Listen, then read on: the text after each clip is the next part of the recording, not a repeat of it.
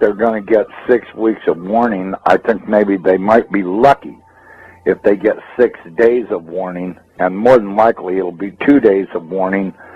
And they were told a month and a half ahead of time so that way they'd have time to decide what they wanted to put in their bags. Mm-hmm. And that 6 weeks of warning is nonsense. I mean, why would they give them 6 weeks of warning knowing that they'll blab the whole thing to everybody they ever knew prior to being packed up? I think they'll be lucky if they get 1 or 2 days of warning. They'll get called and say, it's time to go, and they'll have 15 minutes to get ready to head out. Yeah, well, that's what I'm saying. You know, I mean, you know, knowing how these guys operate, I don't believe that they'll get 2 days of warning. I mean, they might get 1 day or 6 hours or, you know, a half day or 1 day or 2 days. I don't think they'll get more than 2 days. I mean, really, do you? I think they have a good idea what the trajectory of this thing is, but I think we're not really going to see it until it's right up on our ass. Well, I'll tell you what, that would be my guess, that we won't see it until it's on us. But I will tell you one thing, we'll have some really good warnings if everybody's looking up and paying attention. First off, they'll notice red dust on the windshield of their vehicles. And at first it'll be light dust, indicating that it's 10, 15 hours away. If they notice that the dust is real noticeable on their windshield, they can bet that it's in less than 10 hours away.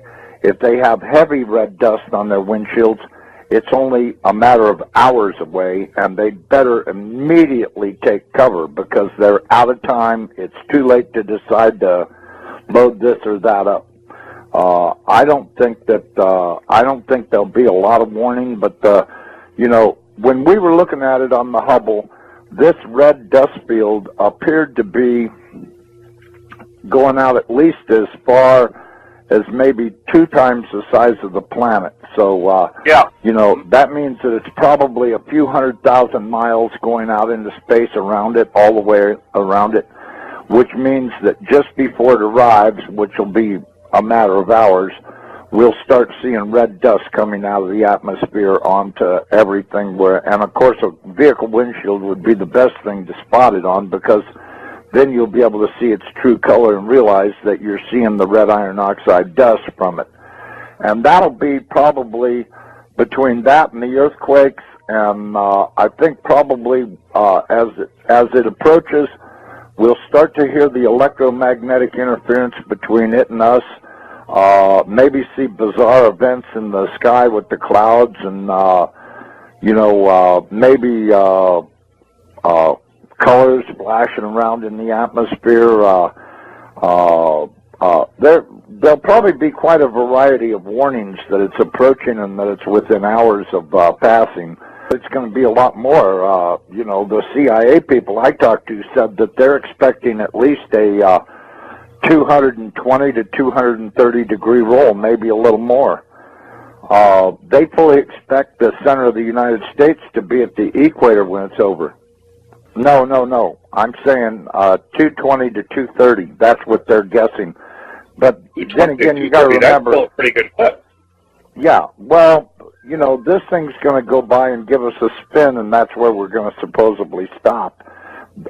They told me they ran 10,000 case scenarios on shifting the planet upside down.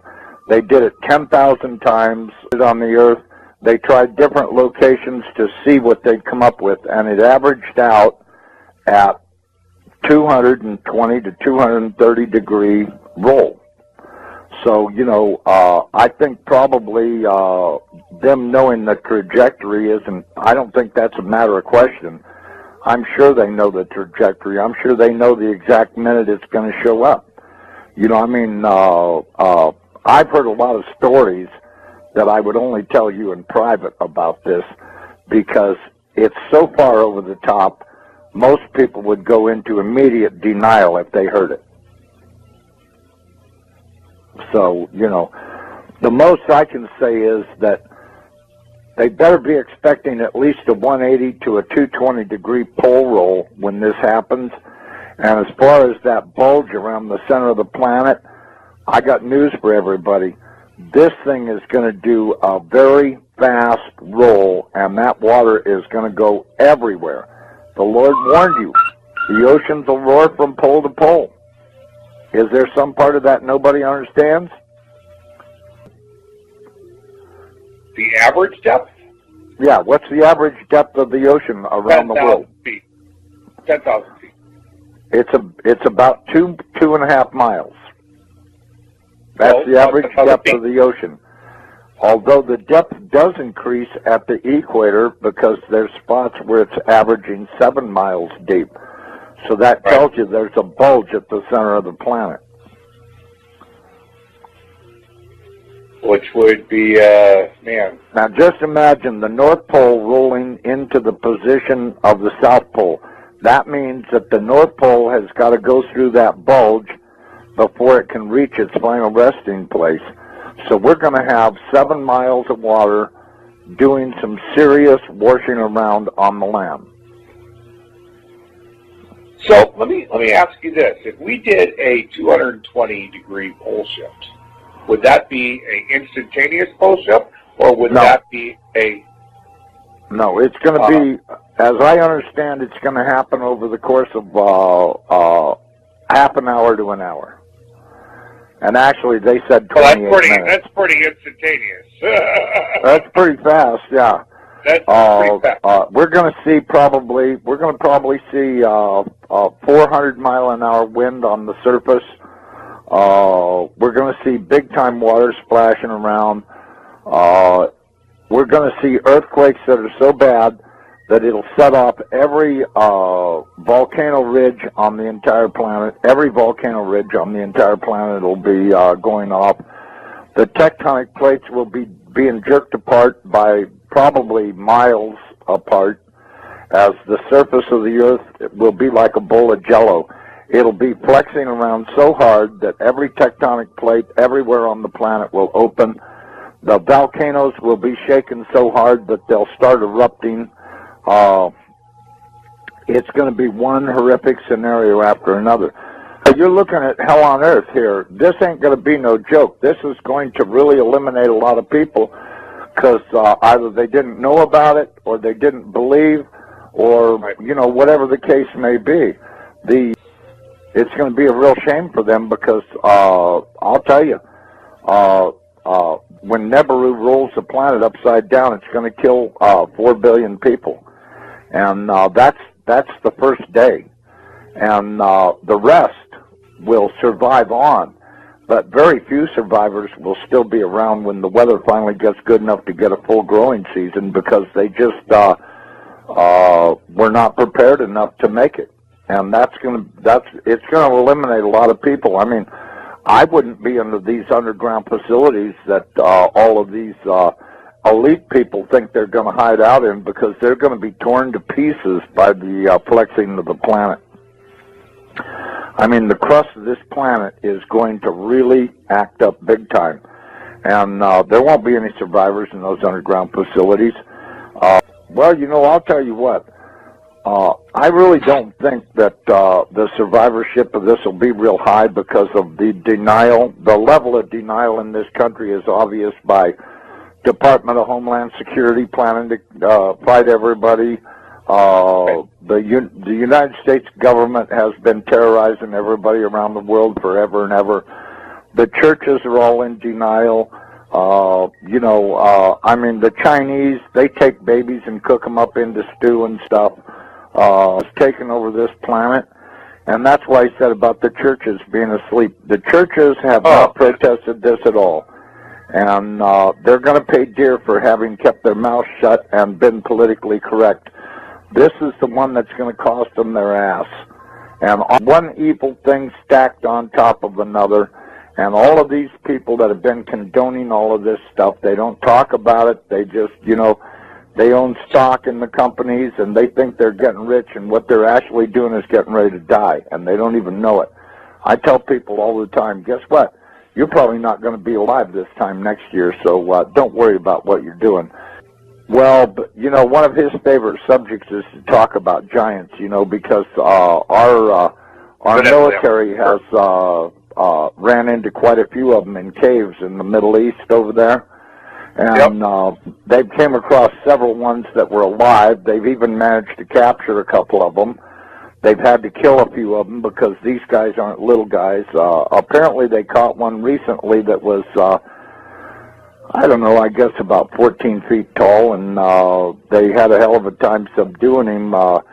They discovered that their small arms fire were not very effective against these guys, but, you know, when I think about the size of that spaceship that I saw last year going across the mountains here in Colorado, I don't know how big these guys are. Steve Quayle says they're real big, that some of them are as tall as 38 feet.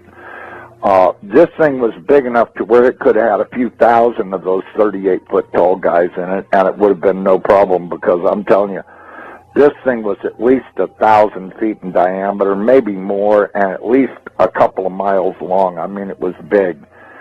I don't have any trouble understanding that there could be races out there that are real big guys, and there's no way that you're going to be able to fight these guys to kill them or anything. You know, if you think about what happened, when was that, about 10, 15 years ago, that big one landed in Russia right in the town square, and these great big guys got out of it and were working on it while the whole town stood around and watched and went, holy shit, look how big these guys are. And they were great big guys. I guess they were about 12 feet tall or something, and they were working on their spaceship. And when they got it repaired, they flew off in it.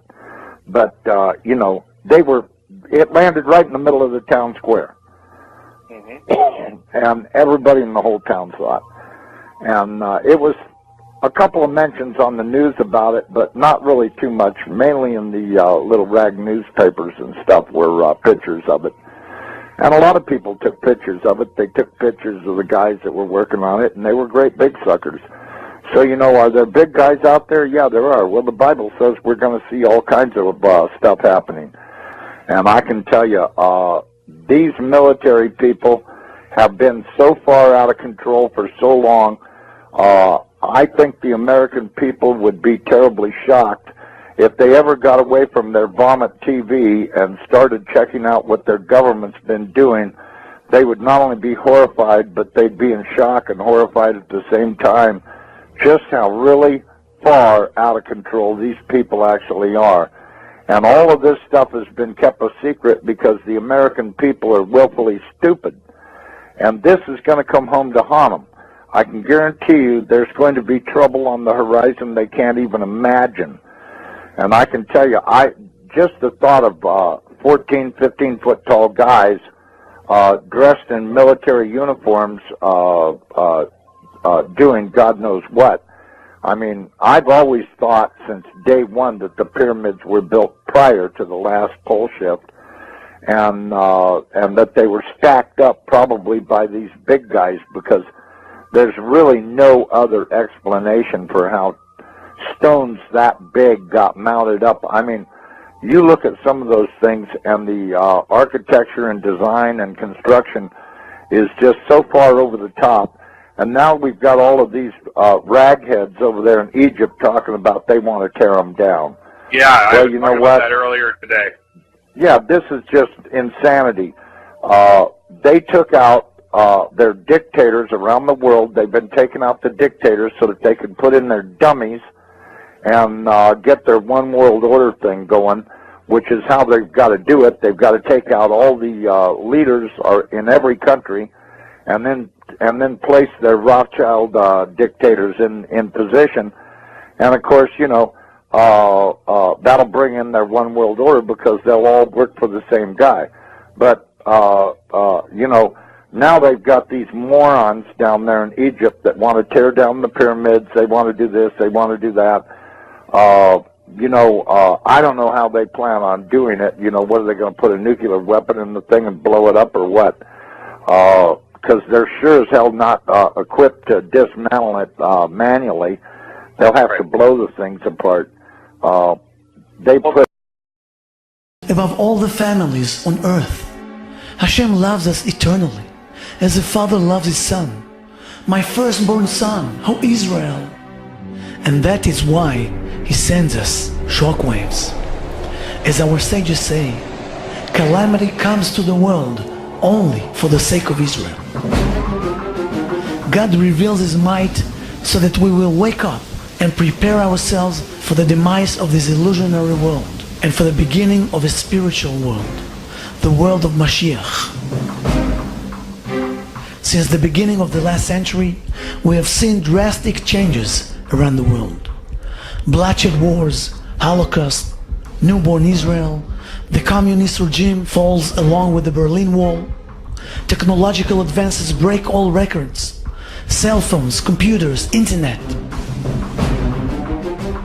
In the past decade, things are happening at an even greater pace. In recent years, not a day goes by without earthquakes, tsunamis, hurricanes, floods, epidemics, terror attacks, plane crashes. The world is going crazy. God is shaking up the world to show us that we are not in control. הגשר המרכזי על הנילוס בקהיר. המשטרה דורסת את המפגינים שזרמו לכיכר תחריר.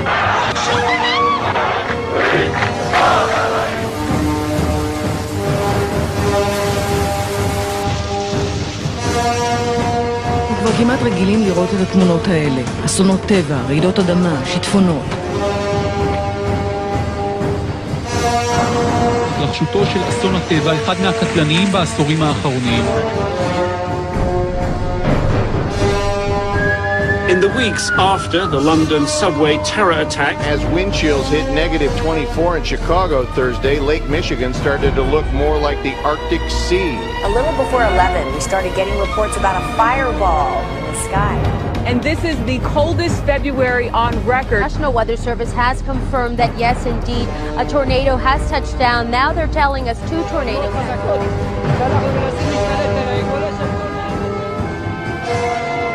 Transgressions whereby you have transgressed, and make yourselves a new heart and a new spirit. And why should you die, O house of Israel? This is a wake-up call for all Jews. Please, save yourself. God is calling us to wake up. And many shall be purified and made white, but the wicked shall do evil, and none of the wicked will understand, but the wise will understand. Our sages keep telling us over and over again that in the end of days there will be a selection. Not everyone will merit reaching the finish line. And so there will be in all the land the word of Hashem. 2 portions will be cut off and perish, and the third will be left in it. And I will bring the third into fire and purify it as one purifies silver, and I will refine it as one refines gold. This is what the prophets promise us. Only the righteous, the modest ones, only those who truly attach themselves to Hashem and follow His ways, only they will last and merit the eternal life in the world to come.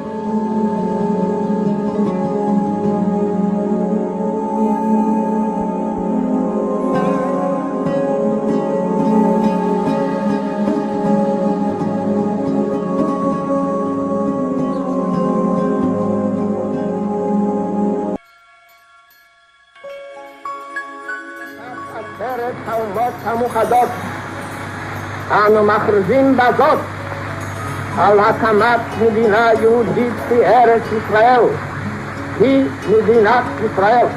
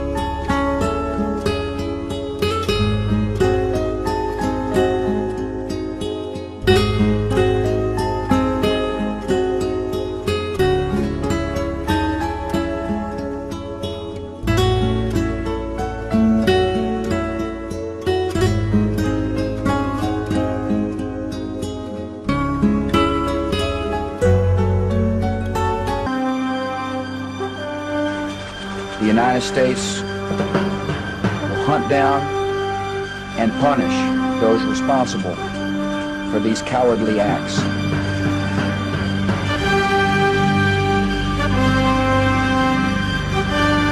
We've got to bring the terrorists to justice.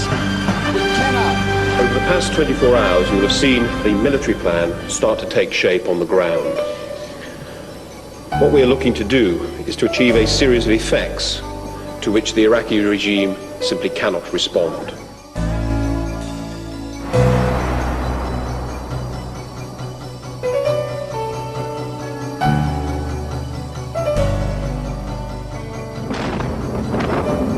ביממה האחרונה נורו לעבר הבירה העיראקית יותר מ-300 טילי שיוט, מחציתם נורו ממטוסים והיתר מספינות בים התיכון ובמפרץ הפרסי. האמריקאים כל היום, גם במסיבת העיתונאים של טומי פרנקס היום, מתגאים בכך שזו המערכה עם הטילים והפצצות המדויקות ביותר שנראו אי פעם. זה אכן נכון מדויק הדברים האלה? אנחנו רואים את כל הפצצות העצומות האלה בבגדד, ועדיין באופן יחסי באמת רק באותן נקודות. אני רוצה להגיד שתי נקודות בקשר לדבר הזה. האחד, שעד עכשיו שוגרו 1,000 טילי שיוטים. הייתה תקיפה מאוד מסיבית אתמול בלילה, 70 טילי טומהוק נגד האנסאר אל-אסלאם.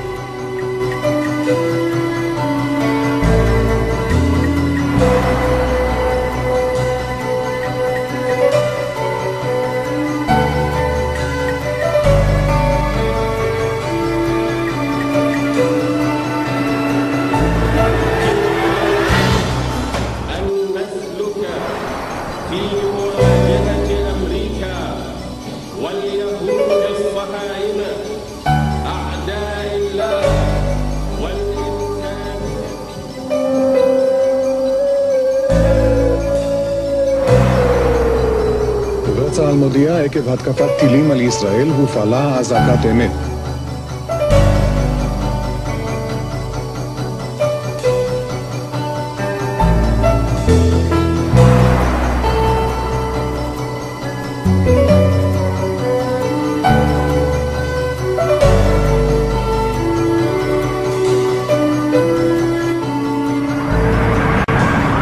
כשעלה הבוקר על בגדד עוד התמר מעל העיר עשן כבד, תוצאה של ההפגזות בלבנון.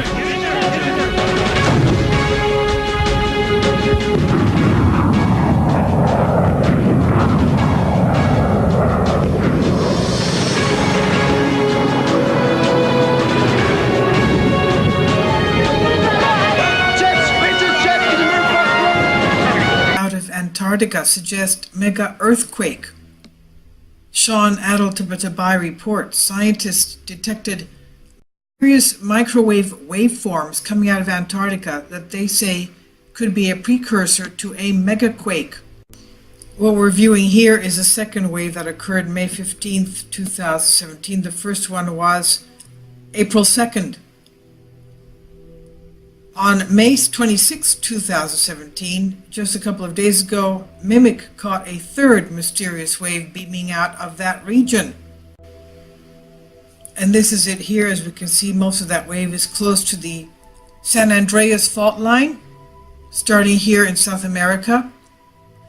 If you make a line down into Antarctica, the path of the wave anomaly crosses the mysterious Princess Elizabeth Station, which is situated at the base of pyramid structures. This leaves us to guess if the wave anomalies are coming from this station or from an unknown source near the station.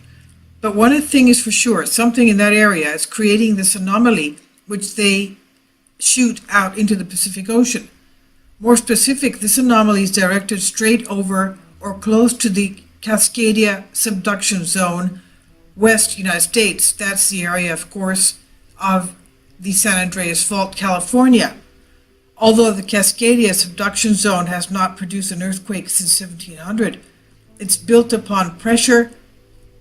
It is building pressure where the Juan de Fuca plate is subsiding underneath the North American plate.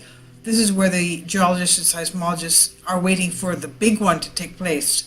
Scientists are predicting that there is about a 40% chance that a megathrust earthquake of a 9.0 magnitude in this fault zone will occur in the years ahead. Although the Cascadia subduction zone has not produced an earthquake since 1700, it's building up pressure where the Juan de Fuca plate is subsiding underneath North America. Currently, there is no proof, but it looks like someone or something at Antarctica is manipulating or altering the weather in the Pacific Ocean region for whatever reason. You can see the embedded video below to show the latest wave anomaly caught on May 26, 2017. This is by Sean Adel-Tabatabai on Your Newswire.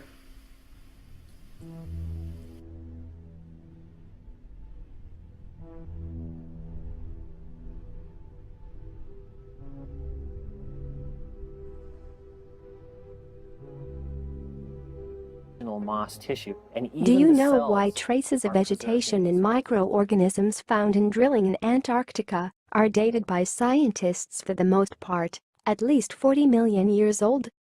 Simply, that as long as they do not accept the theory of Charles Hapgood and Albert Einstein of the displacement of the Earth's crust, and confirmed by the message transmitted by the Great Pyramid of Cheops, which explains that the Antarctic continent has moved several thousand kilometers to the south, about 12,000 years ago. Scientists have only the choice to go back 40 million years with the theory of plate tectonics. For Antarctica to be at a good latitude, to be covered by lush vegetation. The theory of plate tectonics, which was, by the way, was completely rejected, is described as far-fetched by the scientific community of the time, and finally accepted only in 1960. We will show you in this video scientific evidence that the Antarctic has undergone a gigantic cataclysm, with titanic volcanic eruption and giant tsunami. Following the displacement of this continent, which destroyed all the vegetation that previously existed and decimated the civilization that populated this land about 12,000 years ago. Of ice on Earth. The images you see come from a documentary about scientists doing research in Antarctica that you will find the link in the description of the video. In front of the cameras, this researcher takes a shovel and digs a few centimeters below the surface of the Antarctic and watch what he discovers. Melted. This is volcanic ash that erupted from a volcano and has been sitting there for millions of years. It shows no chemical alteration, which you'd expect if there were any amount of liquid meltwater over that duration. The fact that it's dry and pristine tells me it's always been here, which is incredible. This is volcanic ash that erupted from a volcano and is a phenomenal quantity of volcanic ash in perfect condition just below its surface, and which witnesses a huge volcanic eruption in a recent past. Now, in your opinion, at what depth the traces of vegetation were discovered? 400 feet? 900 feet? Or 4,000 feet?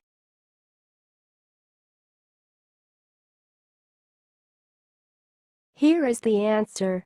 We are now with another group of researchers on another part of the island. In front of the cameras, one of the researchers also digs a few centimeters below the surface of the Antarctic and watch what he discovers. Oh, a leaf. Is that a leaf? There's a leaf right there. Hey!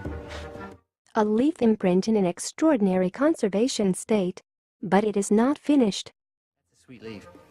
And then they find something extraordinary. This is like a peat moss. And then if we, tease some of this out, they're like freeze-dried.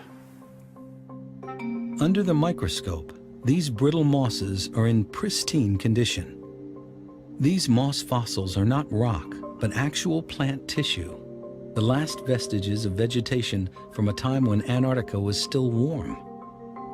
They were found under a layer of volcanic ash that for even relatively short periods of time in this location. Otherwise, these things are gone. Now. But there are not only plants, there are even pieces of trees. A completely different picture. Exploring East Antarctica, closer to the South Pole, Andrils David Harwood found leaf fossils and pieces of wood. Surprisingly, according to Harwood, these date to a relatively recent time, when Antarctica was not only warmer than today, there were plants and trees. This is a piece of southern beach. This wood is not fossilized in the sense that it is petrified. It could still burn.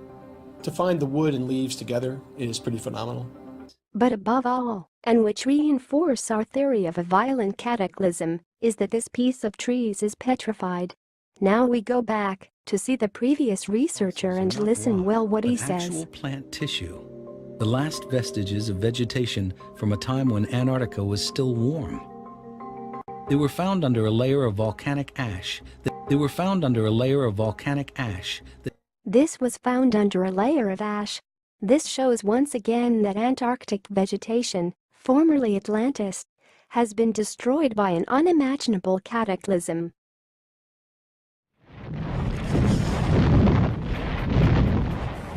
Which is incredible. Right there. Hey! We find something extraordinary, or in pristine condition. Pretty phenomenal.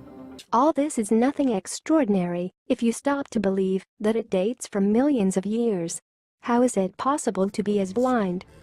But ancient maps, which date from before the official discovery of the Antarctic, clearly shows us the Antarctic to a position much further north, close to the African coasts, and without being covered with ice where appear mountains, hills, lake, and river, and even animals on a very rare map, which we will reveal to you in a few moments, and that very few people know. Piri Reis haritası pek çok sıra dışı bilgi ve sırra sahiptir. Piri Reis haritalarında Grönland ve Antarktika'nın buzul altı topografik haritalarını da çizdi. Bu mucizevi bir detaydır. O dönemin teknolojisiyle buzulların altında gizlenen kara parçalarını görmek imkansızdı.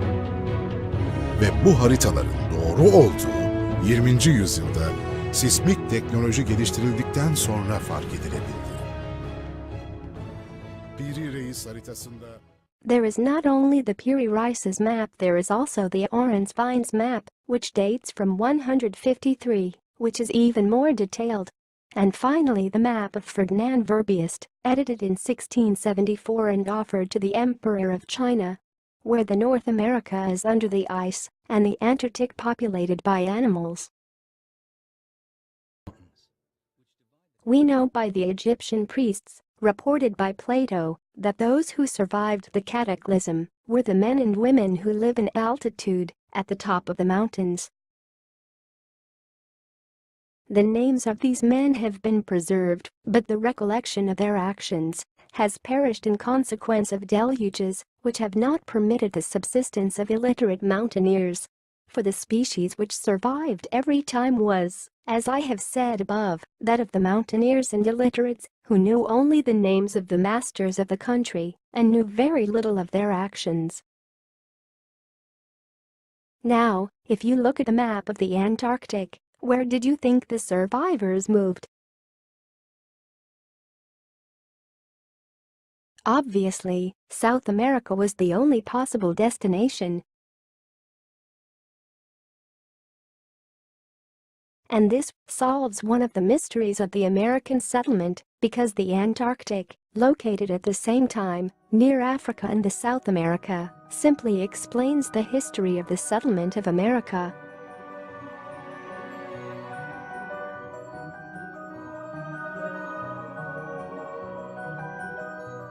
Without the need of cross the whole planet, passing near the North Pole, to reach the Strait of Bering.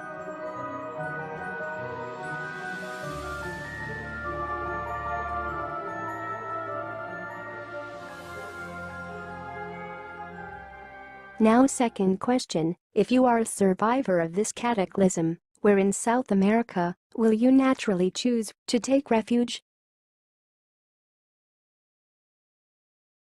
The answer is once again to show you that it was built by the survivors of Atlantis. Here is the photo of the walls of the city of Tiwanaku, which is visible in the video. Now an extract from a Platon, where he describes a particularity in the art of building of the Atlanteans. They pulled their stones from the periphery of the central island, and from under the walls, outside and inside, there were white, black and red. And while extracting the stones, they built double ponds dug in the interior of the ground and covered with a roof by the very rock. Some of these constructions were of one color, in the others they intermingled the stones in such a way as to make a variety of colors for the pleasure of the eyes, and thus gave them a natural charm. You will find all the additional information on our website, as well as in our last book, Pyramid Apocalypse. Think to share the truth about our history and pay tribute to those men and women who died during this terrible cataclysm. Thank you, and God bless you.